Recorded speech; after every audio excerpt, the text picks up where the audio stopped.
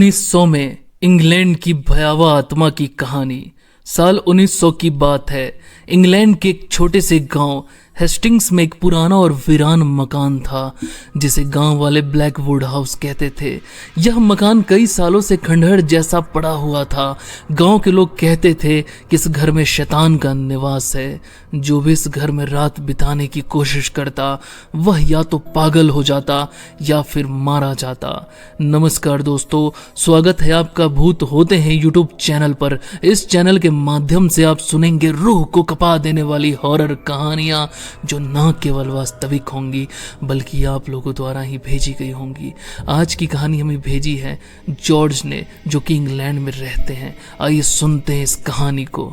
Blackwood house कभी एक अमीर व्यापारी रिचर्ड ब्लैकवुड का घर था, लेकिन 1870 में उसकी पूरी परिवार एक रात में रहस्यमयी परिस्थितियों में मर गई।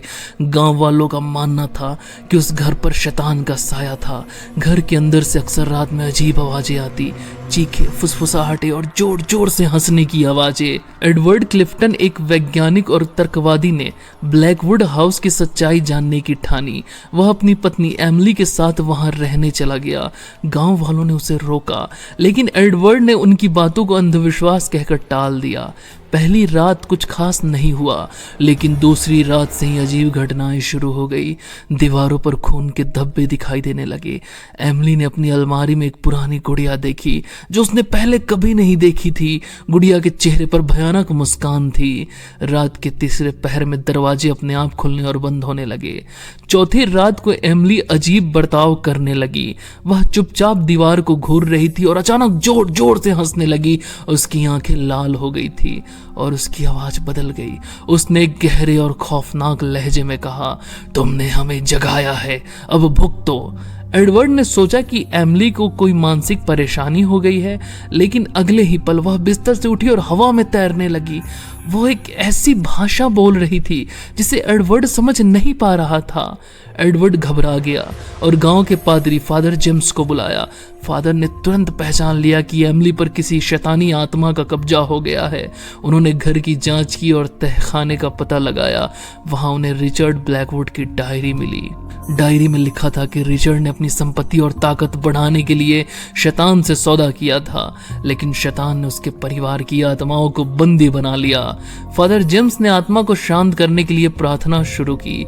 जैसे जैसे प्रार्थना आगे बढ़ी, एमिली की हालत और खराब होती गई। उसने फादर पर हमला करने की कोशिश की, लेकिन फादर ने अपनी शक्ति से उसे पीछे धकेल दिया। आखिरकार शैतानी आत्मा एमिली को छोड़ दी, लेकिन जाते जाते वह फादर जेम्स से बोली, यह खत्म नहीं हुआ है, मैं लौटूंगी।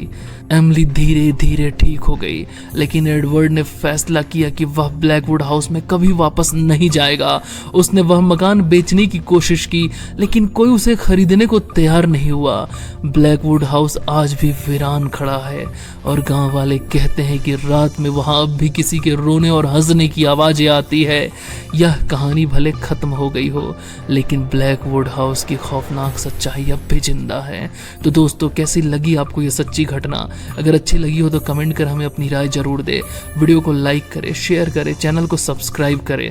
और हाँ, अगर आपके पास भी ऐसी कोई डरावनी और भयानक या अलौकिक घटना है तो स्क्रीन पर दिए गए ईमेल आईडी पे हमें मेल करें। जल्द मिलते हैं आपसे, तब तक के लिए धन्यवाद।